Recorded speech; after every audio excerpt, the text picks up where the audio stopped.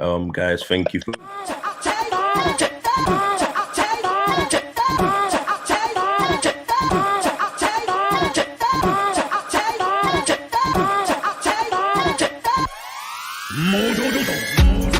I've been on a long grind, on a low east side trying to make mine. Working 24, had me feeling 7 days, but could never say it was fortnight. Telling all the road them, just hold tight. When I bust whole gang, getting more life. When I bust whole team, gonna eat right. About to blow up in the game, come C5. About to blow up in the game, come C4. Murdering rhythms, wait till you hear the Nino. Bad girls hit the beat like she need more. Shaking, going up and down like a seesaw. When you hear no habla, that's the lingo. And the world already knows. All right, guys. Thank you for joining us for our first ever live. I'm excited about this one. I'm joined by a great group of people with great banter. Some are in a good mood, some are in a bad mood. We're gonna find out. So I'm joined by Basil, Daniel, Coach Kojo, Manny, and then we've got a special guest, Yannicka. Yannicka, thank you for joining us today. Thanks for having me out. So we're gonna start with you straight onto the big game. A lot of us kind of wanted a draw, or at least, but first, you know, Mourinho's tactics work to the T. What are your thoughts on the game? I think first of all, in relation to Tottenham, I think they set up well. You know, the way they played was probably the best way of beating City. You know, to set up like pretty much 9 men behind the ball and then counter attack us. We do tend to struggle in them sort of situations. I think the chances that they did have, they took advantage of. I think they scored with their first shot on target. Yeah. And then I think altogether they had 4 shots and they scored 2. So they did quite well.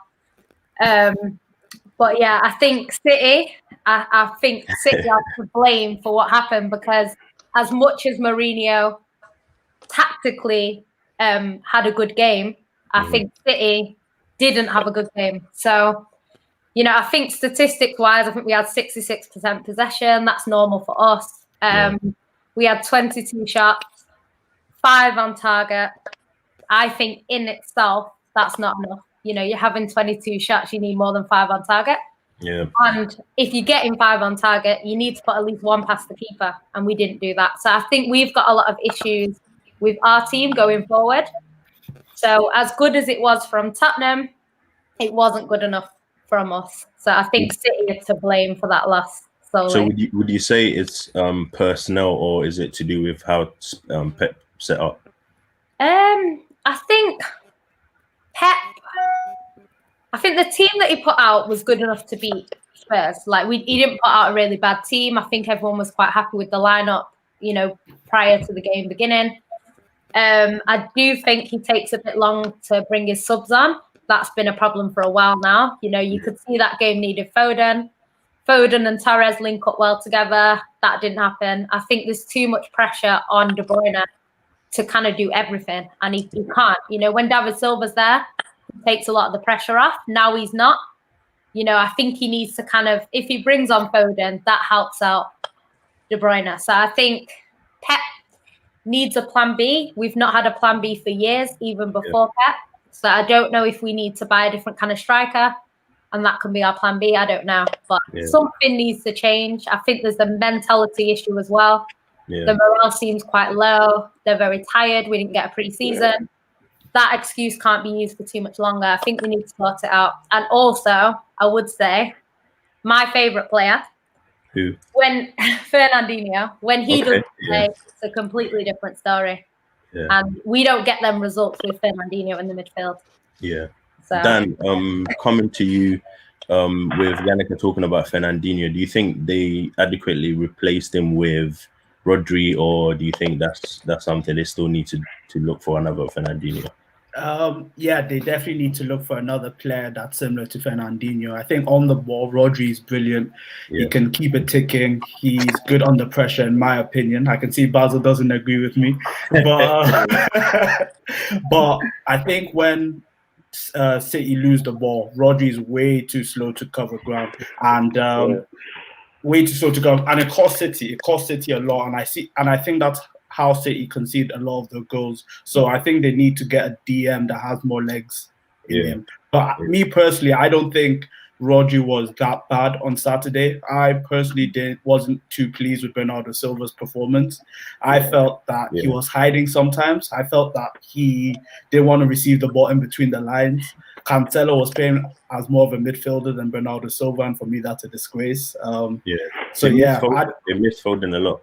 Exactly. I thought Foden, like, to piggyback on what Yannicka said, I think Foden should have come on a lot earlier in the 55th or 60th minute. He should have come on.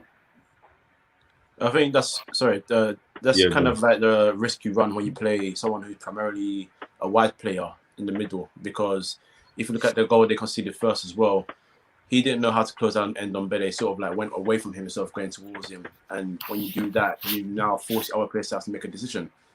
Led onto Laporte coming forward, ball over the top, boom, 1-0. You know, so it's the small things. The small things that they do that that help. Someone just said, "See, I finished. Pepe's all out ideas. Just love to point fingers."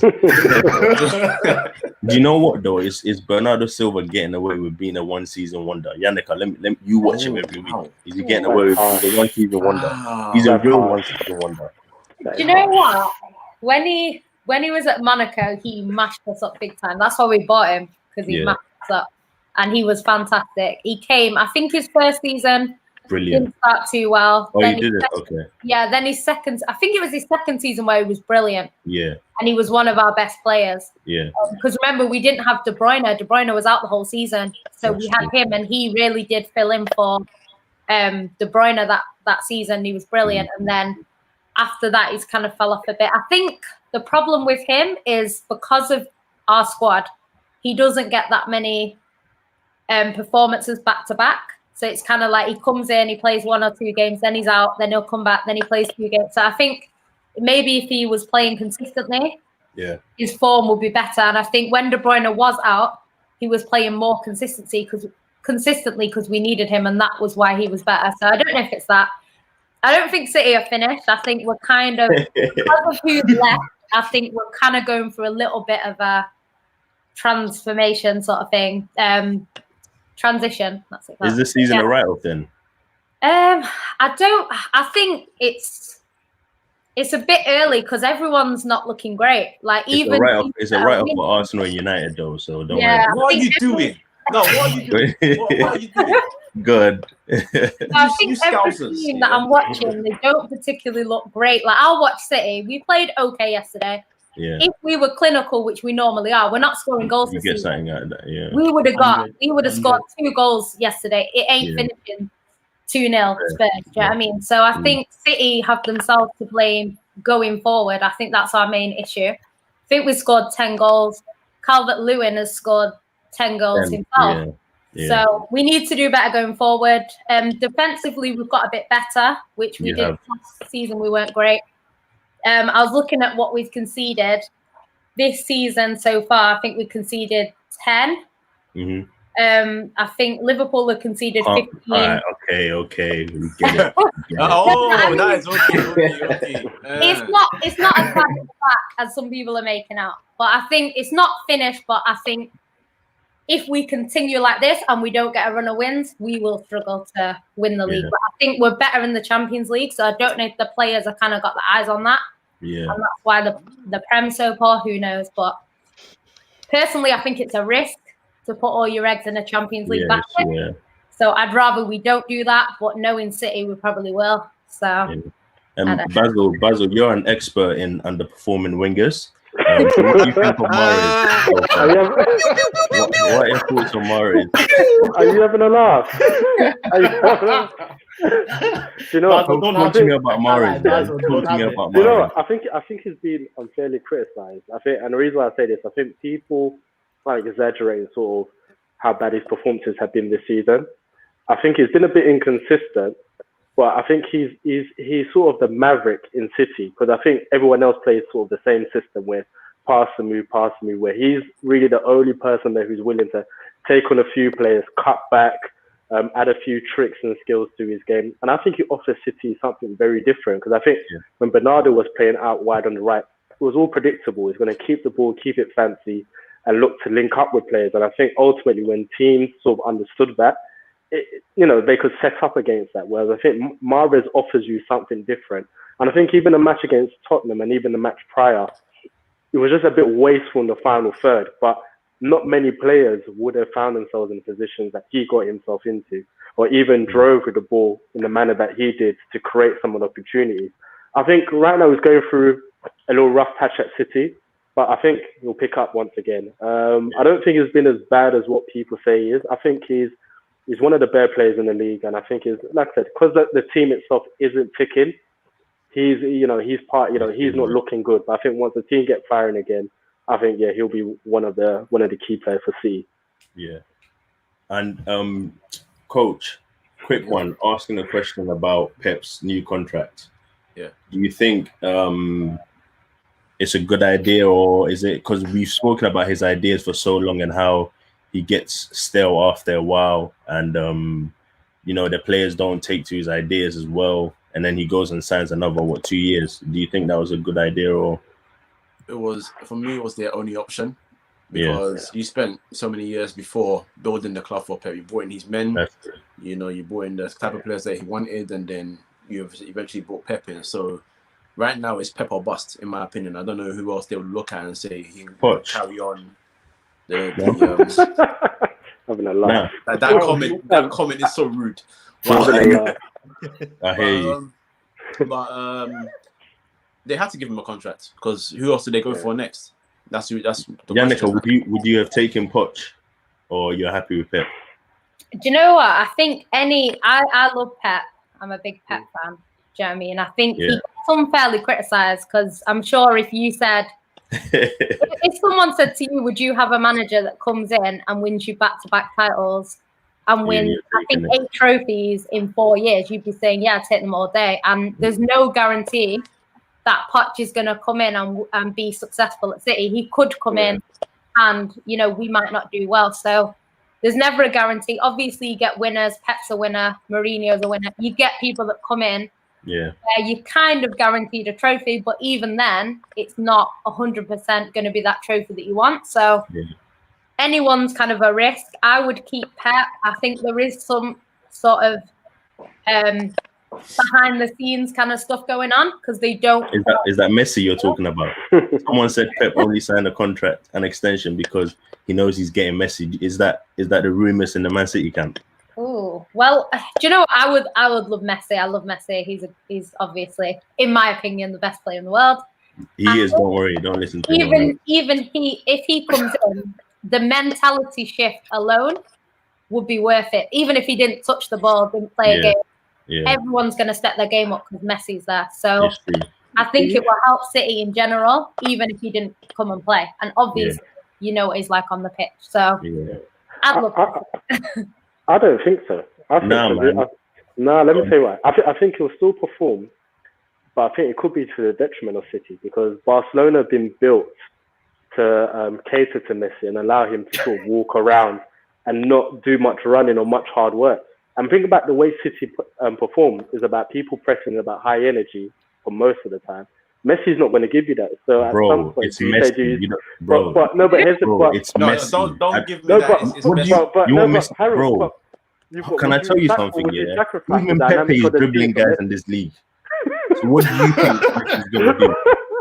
I don't understand. Stop mentioning his name, Harold. Okay, I'm sorry, but if players that are worse than Messi are doing bits in this league, and Pep knows Messi. Wait, are you saying Pepe is doing bits in this league? Sorry. Did you say Pepe is doing bits in this league? No, I mean he can dribble in it, so he's doing. Messi can dribble as well. So, but I'm saying this is what I'm saying. Pep knows Messi. Pep knows the level Messi is at. If Messi comes in now, Pep will know exactly what to do with him to the T. Do you get what I mean? And that's going to help him.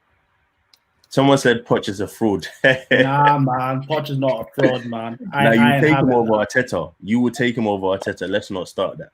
Yeah? Basil, talk to me. Let's move to Arsenal. The luckiest team in the league. The luckiest. How did they not concede today? Can you tell me how they did? I don't even want to have this discussion. Can we move on to another team? No, you can't. No, Arteta is the special one. No. Yeah, that's for you there, Basil. Wait. After on the previous episode, man was saying Arsenal for third place. You ain't running nowhere, bro. I had a few too many drinks that day. I'm sober now. I'm sober now. Now you know what though. Before we get onto Arsenal, I always, because we've got video evidence. Can you give me, Yannicka? This is for you. Where would Man City finish this season?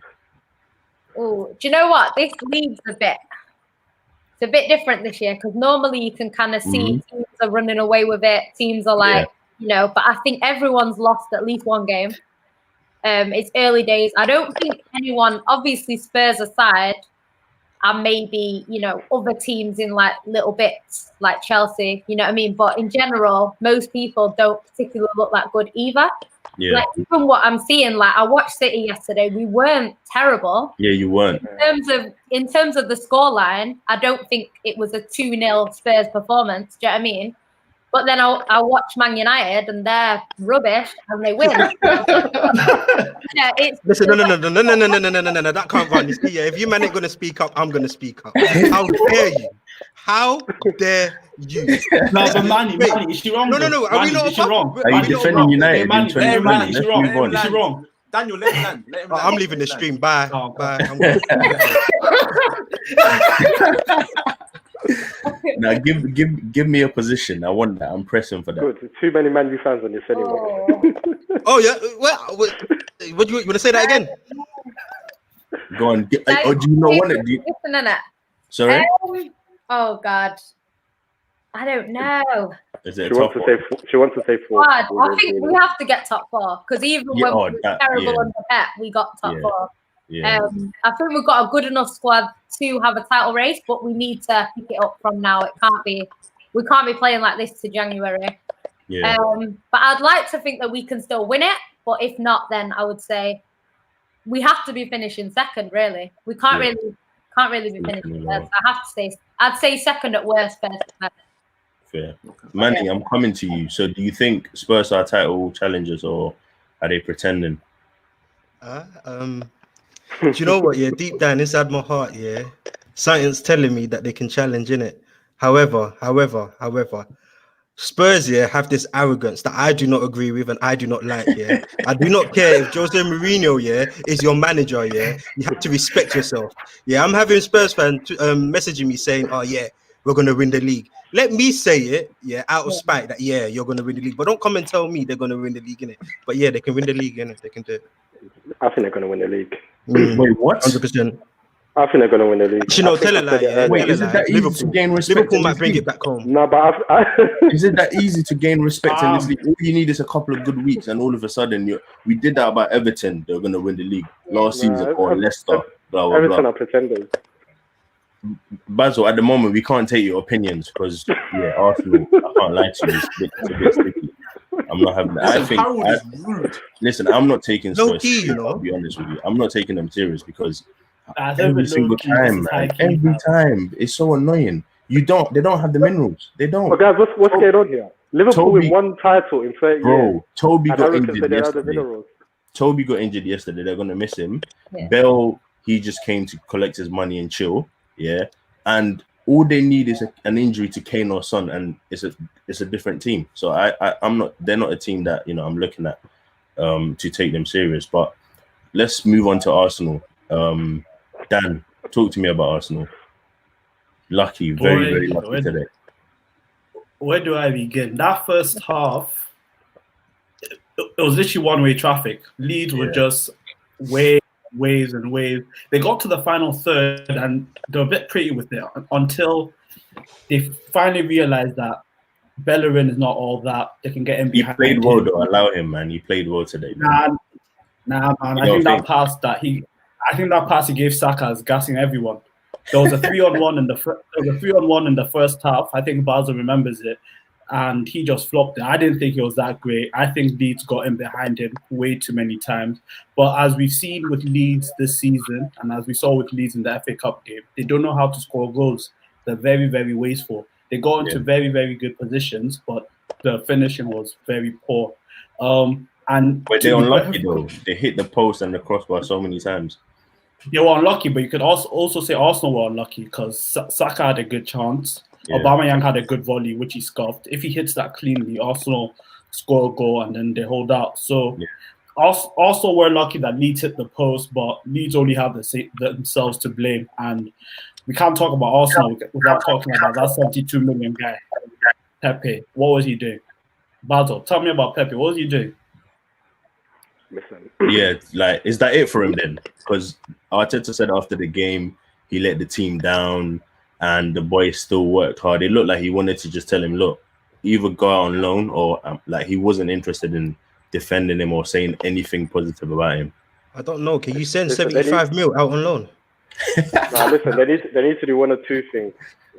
Sell him or send him to the Night's Watch to spend the rest of his days because 75 mil, you're talking like that? Because no, absolutely useless. Honestly, like he doesn't have a vision as to what he wants to do when he has the ball. Like dribble, but has no picture to what is ahead of him. I mean, the guy, honestly, he looks brainless on the pitch. And it's got to the stage where I don't even think we can even flog him for 20 million. Because it's got to that stage because think about all the players Arsenal are harbouring that we can't sell. Even Ozil, we haven't been able to sell him for about 2-3 years. And we're looking at Pepe now. People are looking at his performances and thinking, would I spend 15-20 million on him? Of course not. I can only imagine the champagne that the little board were popping when he saw they couldn't believe it. Honestly, I have no words for him. And I think today just absolutely cemented like his fate in that Arsenal team. I can't see Arteta bringing him back into that squad anytime soon. Or him starting a game unless it's like a League Cup or something. Basil, Dan is saying that Willian went to Dubai midweek, couldn't complete 45 minutes. That's letting the team down as well. Does he need a Pepe treatment? Or Willian is still in Dubai about. I mean, Willian is still in Dubai. Willian's body was here, but his spirit wasn't here whatsoever. Honestly, it's absolutely criminal. We offered him 3 years. I mean, he wasn't a win at Chelsea anyway. His end product at Chelsea was never ever there. And all you have to do is look at his stats in terms of goals and assists per season to see that he wasn't that good of a player. He looked good stylistically, but in the end product wise, it just wasn't there. And it tells you when no one is willing to offer this guy a 3-year contract, I don't know what Arsenal were thinking. He would have been the guy. I mean, it just shows you the shady deals that are going on between Edu and the agent that he has. It's just an absolute joke what's going on there. And I don't even want to speak about Arsenal anymore. I want to just walk away. I just want to walk away. He's like, you got Willian and Aubameyang out on holiday. All of them, man. All of them, bruv. Yannicka, I want to come to you about Ozil. Watching Arsenal in the past few weeks, I think they've not scored from open play for 8 hours. That's a very long time. That's a very long time. Yeah, that's someone's whole working day. Yeah, that's basically saying you go to work at 9 a.m. Yeah, you sit there, you look at your screen till 5. Don't touch the laptop. Just literally sit there and stare at the screen. No, but how rude is this guy? Listen to the description. Do you think that they need to just bring Ozil back in and just swallow whatever pride they need to and get on with it? Yeah, I don't know what's going on behind the scenes. It seems to be a lot of players are kind of getting shut out and stuff like that, which isn't good for any team. I think what they did with Ozil, it's disgraceful, really. Do you know what I mean? Regardless of what he's doing, he's still an Arsenal player, and they should have treated him that way. Yeah. Even with the stuff about, what he said about China, fair enough, some of your sponsors won't like it, but at the end of the day, he wasn't lying. He wasn't making something up. So, I don't know. They should, personally, I think they should have backed the player. Even not over that, just in general. I think Arteta said something about how he was close to coming into the team, and then he wasn't, and then next minute he wasn't part of the squad. So I don't know what's going on. He was playing before lockdown, I believe. He was actually he was in the team. So after lockdown, all of a sudden he can't get into the squad. He can't get into the team. Nothing. Yeah, and Arteta seems to be adamant that he's not coming back. So I think they need to swallow their pride, take him back. At the end of the day, he can better Arsenal. So they just need to. Arteta well. What do you think? Is he up for it? Is he good enough, or is he just a pretender? Or Pep's coach, Pep Cone boy? I think I think he kind of got the job too early. Yeah. He'd not done anything to prove that he was at that level. Don't get me wrong, like I sit at football. Yeah. Is kind of close to Pep, so I would see Arteta, and he would be the one sort of with the screen telling people where to go. So I know he, in terms of the tactics and stuff, like he was heavily involved in that. So I'm sure he could be a good manager, but I just think where Arsenal are at, and with his lack of experience, I think the two together is probably why he's struggling now. But I'm interested that he plays so defensively after playing under Pep, because Pep don't like defensive football. Someone said he learned more from Moyes than Pep, and that's the issue. That's kind of Dan, you know a lot about David Moyes. Do you think Arteta learned? He's rude. Let's just we've confirmed you are rude. Arteta, do you think so? 2 questions for you. Do you think he's good enough? And what are your thoughts on Ozil? Does he just need to come back in? You asking me? Yes, please. You feel I want to talk to you after what you just said about David Moyes? I'm sorry. Do I think Arteta's good enough? Yeah. At this point, my thoughts on him, which were sort of like, give him time, progression. I can see improvements. Now I'm looking at him as basically Spanish Ole. No. That's hard. What, yeah. You can call it what, yeah. All due respect, yeah, I'm Ole out. But listen, Pep Arteta ain't that low yet, man. He's not that low. Okay, man, he's not that low. He's low, but he's not that Manny, listen, give it time. Remember, we went through the same phase. It's coming. Don't worry. Then you say, Manny. Before Kojo carries on, I want to read you a stat, because Unai Emery was a defensive manager. Everyone thought his tactics were poor. In his first 28 games, his team scored 60 goals. Arteta's teams have scored 41 goals. Flip me. So that just says the whole story. Yeah, I know, but do you know where it is with me? Yeah, he said Spanish Ole, innit? That's what. But I mean, that's what's on my head. You can't say that. Manny. Yeah, but at least Arteta bought. Listen, if Ole bought an FA Cup to Manchester United, yeah, we'll be a bit quiet right now. He bought FA Cup. The only reason why Arsenal fans are just listen. If I guarantee you this, if Aubameyang was scoring, yeah, Arsenal fans would say give it time. It's because Aubameyang's not scoring. When he starts to score, yeah, everyone will forget about Arteta. Is it a when or is it if? Because I can't lie, I don't know that. That's the thing. He's doing if buts and maybes, bruv. Listen, this is guarantees right now. Arteta is not doing the job properly. Aubameyang's not scoring. They still can't defend despite being defensive. It's as simple as that. So we can do higa haga and say, this, that, and the other. Listen, the reason I call him Spanish Ole is because I've seen the heritage. I've seen it from my own eyes. Yeah? You have seen it yourself. You can take a glasses off and show your eyes. You've seen it. Don't lie to yourself. Oh, you're sending for me now, yeah? Cool. Don't lie to yourself. Dan is saying you think Arteta... I'll put that back up. Yeah, he's saying that he thinks Arteta has like a lot worse players, and Emery had Ozil. Who else? Let's not do that. No, go on, Manny. Can you put the next one up? Yeah, he had Ramsey, Ozil, Iwobi, Mkhitaryan. Like he had a better team, and better squad. Iwobi and Mkhitaryan. Wait, why are we doing this? He had Ozil and Ramsey though. You know what's mad there? Mkhitaryan is like the same start as William. Nah, down, you're a boy. But here's the thing, right? People are saying that for those guys that Dan has mentioned weren't performing anyway. Like at that point on the Emery, they weren't consistent performers. So yeah, for me, Arteta looks worse than Emery. At least Emery started off well and then faded. Arteta made. Yeah, but but you can play defensive when you have like 3-4 matches to go by because it's a cup match, so everyone raises their game. Ultimately, I'm saying you're more judged by the league game because that's where you have to consistently perform. If you like, for instance, if a team's in the semi-final, they're going to raise their game because they know, this is a great chance for us to get to the final. So the performance levels for that is different to performance level for a league game. So that's the reason why when I see Arteta, I say put aside the FA Cup victory and let's talk about everything else as a whole. And it's just shambolic under him right now. I can't lie to you. That's as simple as he says one thing in his interviews, and I'm seeing a different thing on the pitch. He looks out of his depth, and as Yannick said, this came too early, and it was probably the worst situation to come in because Arsenal were a complete mess before he came in.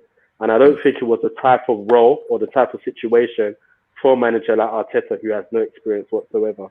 Yeah. And quickly on Ozil as well, just to finish on him. They do need a creative player. They do really need a creative player, but I feel like his time's done anyway. I think it's just time for him to go and look for something fresh, something new, regardless of the situation. It's not been a good situation. They haven't dealt with it well, but they've been wanting to get rid of him for a long time anyway. So I think this is just true. I think it's just better for him to just cut ties with them completely at this point and find something fresher. Okay. And Yannick, I'll come back to you. I didn't even want to talk about this game, but I'm looking at the table and Sheffield United have 1 point. 1 single point after 9 games. That's great. That's mental. That I can't get my head around it. What do you think went wrong? Oh, I don't know if, because last season they were really good. Yeah, they had Henderson as well in goal. Yeah, I think a lot of people are saying that they've kind of been found out, like their style of play and how to beat them. They had an all right game against us, but you know, in terms of they only conceded 1, but City were the better team. Yeah. I think, I don't know. At the beginning, I think I went on a show earlier in the season, and I was like, I don't think they'll get relegated. But the way they're going on, still looking good. I can't see them staying up. I know they bought Brewster from your club. We're happy to take that money. He's not worked out for them so far. So I don't know. I think even having no fans in their stadium, you know, probably was part of the reason for their good form at home. And because they've lost that now, they've lost that little bit of an advantage. I think for some of the smaller teams, it's the home grounds where they get the advantage because they're not under as much pressure. Whereas now the pressure's the same across the league. So I don't know if that adds into it as well. But they just don't say in this season. Yeah. Can I quickly say something, Harold? Go on, Basil. At the moment, Ryan Brewster is looking like 23 million Bitcoins rather than 23 million pounds. Because honestly, you guys absolutely swindled. The thing with Brewster, I feel like if he went to like a Brighton, get him the chance that he would score. But these they're not creating anything. They're not. I watched them today against West Ham, and every time they got near the penalty box, I was like, "What are you doing? Like, what are you doing?" And so I can't even blame Bruce because their strikers are not scoring. I think last season their top scorer had 6 goals. Yeah, you know what I mean. So I don't think it's a Brewster problem. But Dan, quickly, what do you think is going on there? I completely agree with everything Yannicka says, but I also think that they've been a bit unlucky at times this season. The first 30 minutes against us, and I'll say the second half against City, they actually played quite well. They've just been unlucky. The ball's just not going in for them. But they've been bad for a while now. They haven't won a game since they beat Chelsea 3-0. So it's not just this season. It's since they've come back from lockdown. Yeah. So maybe something's going on behind the scenes. But I still feel it's still early. 9 games is still early. All they need is 1 point is a madness. Definitely not. Did Derby have more than a point back then in 2007? Probably not. Because that is bad. Don't get it twisted. It's awful. But I also think if they have a run of 5 games where they win like 3, draw 2, they'll be out of the bottom. They're not capable. They're not looking capable, honestly. And quick one, bro. People need to put some respect on our name.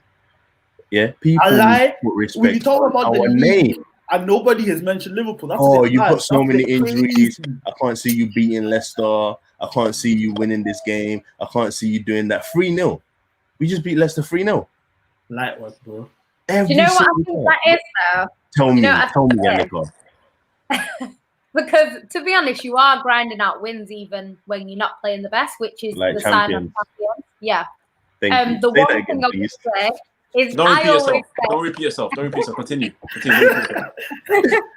The only thing that I would say is over a season, defenses tend to win you titles. So that's why I think without Van Dijk over a whole season, it might not. You might win the league. I don't know. This season's a bit of a weird one. But I think you might need a solid defense. It's like the same with Spurs. if their defense goes, if they get a few injuries in their defense, that's when they'll start to struggle, because games where you're scoring 3-4 goals, it's fine. Yeah. Games when you're struggling and it's close and you get one chance, that's when you need your defense to be at their best. And that doesn't always happen. So we struggled a few times about companies come back and won us the league. Last season, we thought out we had no chance. So I don't know, over the season, I think the injuries that you've got, if they are long term, I know Van Dijk's is, I think Gomez's is quite long term.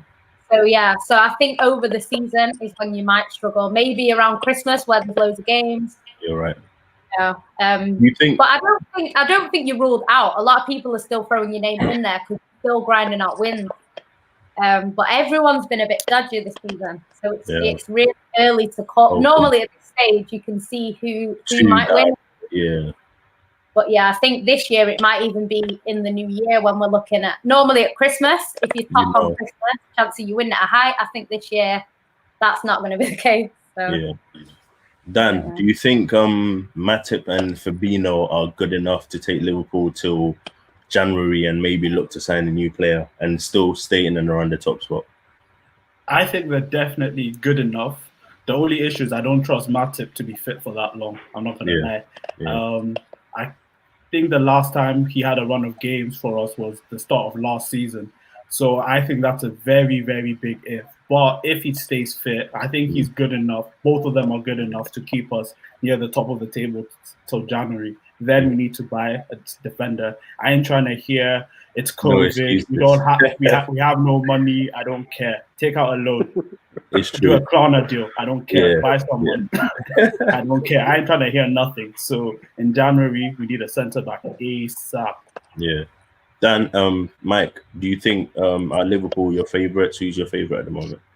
I genuinely don't have a favourite because it's one of them. Because the thing is, when you guys got your injuries, even before you got your injuries, when you lost 7-2, I'm not even trying to mock it. No, seriously, it rattled me. You guys were rattled. I remember in the group chat we were talking. You guys were thrown, but even me joking with you, I was like, hold on, this is not a normal result, at all. So. Even that, and then obviously the injuries coupled up, you can bounce back from a bad loss and then get a good run of games and come back. But having a bad loss and then having the injuries topped up bit by bit, the threat of COVID being there also. Yeah. I don't know who the favourite is. Spurs they're playing well so far. They're having next couple of games that are very tough. If they come out of that unbeaten, are they challengers?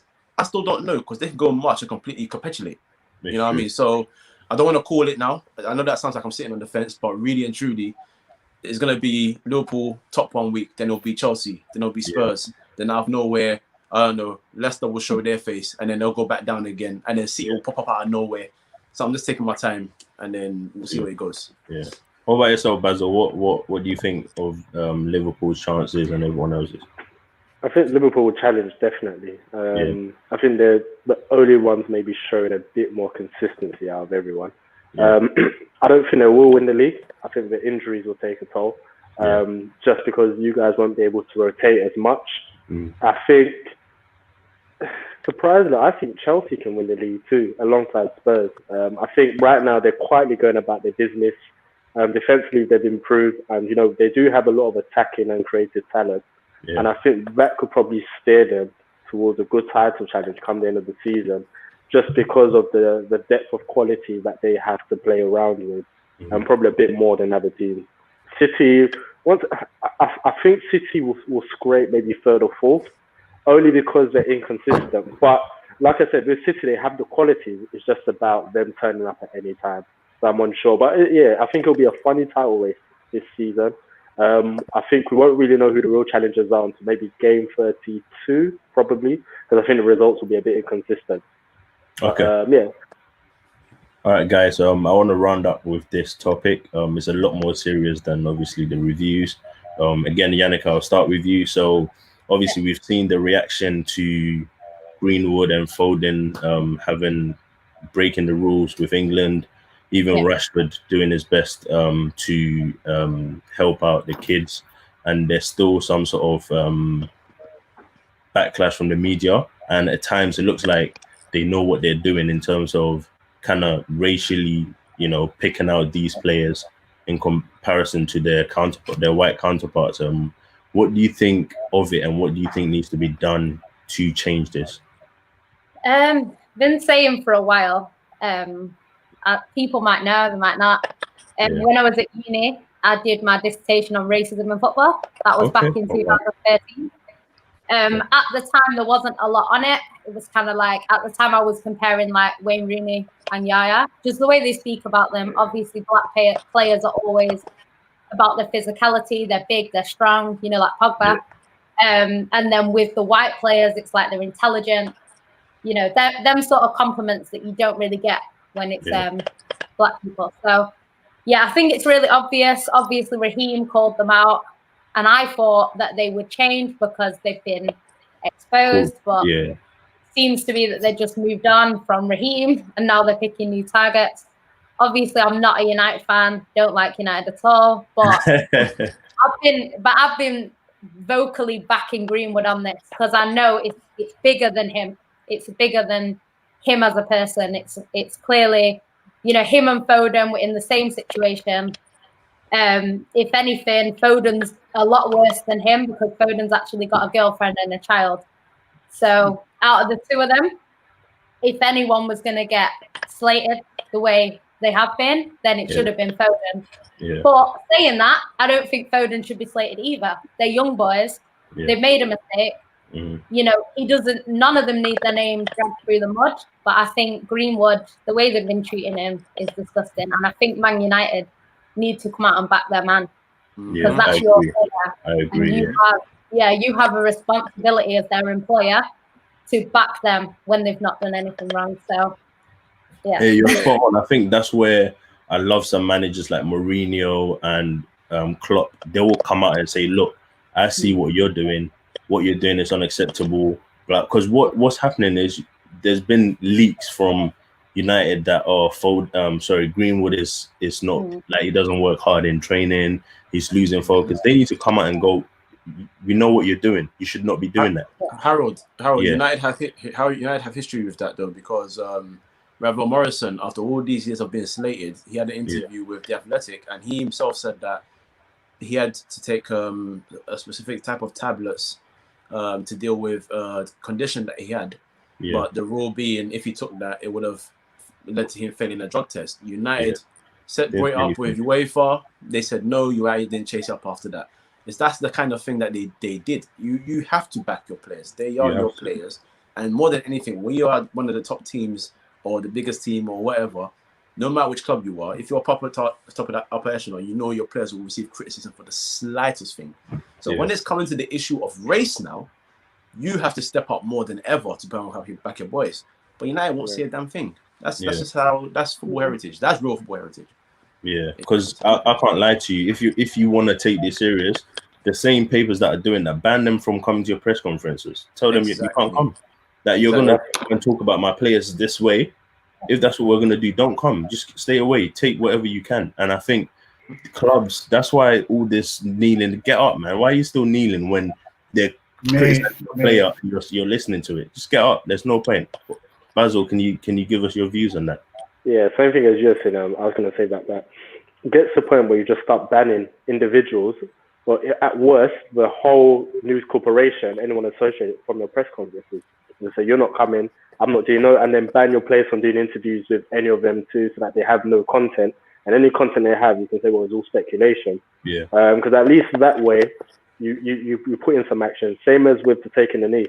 I don't agree with taking the knee anymore. It just seems like a routine now, which has lost its appeal and lost the message you're saying to do. And I've always said this: the first time I look at is that what has changed since then. Have there been any rule changes on any racism within the game? None whatsoever. If an act of racism is committed now, the same punishment which has been dished out before this whole campaign will still apply. A cheap fine for whichever club has been found guilty of it, and that's it. And the first time I say, well, what actions has been taken since then? The news corporations they seem to target particular players or particular races, and I think it is more like I said.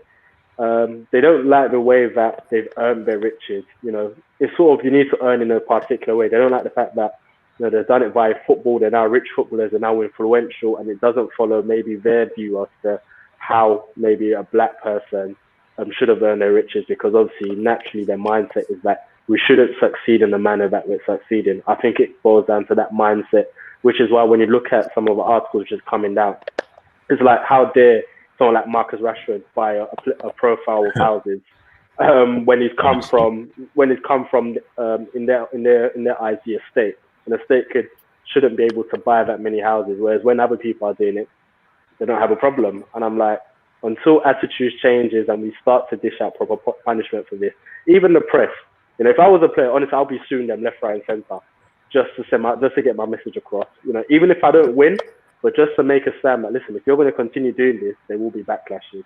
I think, you know, there needs to be a support as a community for things like this, and I think that's when we can start to see a change. Okay, what about you, Dan?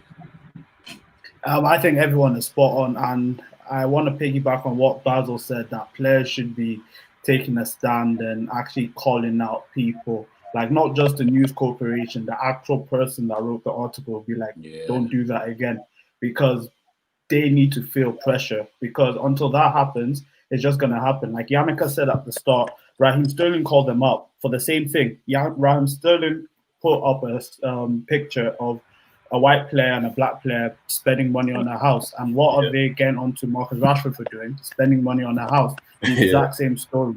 They haven't learned. So, like, there needs to be stronger action. Stop leaning down. It's a joke now. Like, it's starting to get annoying. Just play the game and let's actually have some proper actions taken. But the annoying thing is, at the time we said proper action needs to be taken, that was at the start of lockdown. We're nearly at the end of the year. We're saying proper action needs to be taken. How long do we need to keep saying this for? Like, it's honestly starting to get annoying, in my opinion. And last thing before I finish, I don't think Southgate helped matters as well, because picking Foden and not picking Greenwood feeds into the story, in my personal opinion. Because why pick Foden and not Greenwood? Me personally, I don't think Foden has been that sick to be called up into the England national team since the last international games, in my personal opinion. Yannicka might disagree with me. So why are you picking Foden? Why are you picking Foden?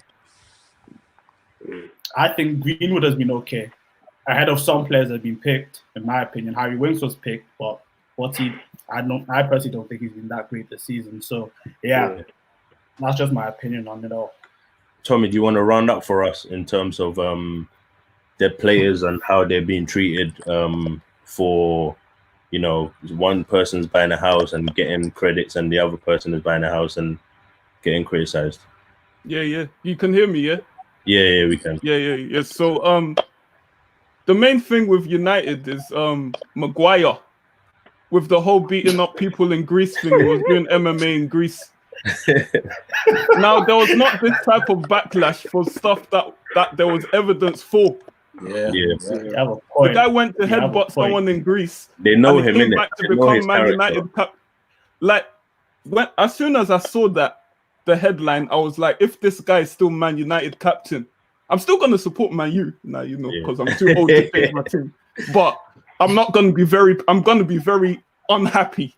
Yeah. You know, after you. Yeah. So it's just clear. It's pun intended. It's black and white. Yeah. Maguire is still Man U captain, and he's still got an ongoing case.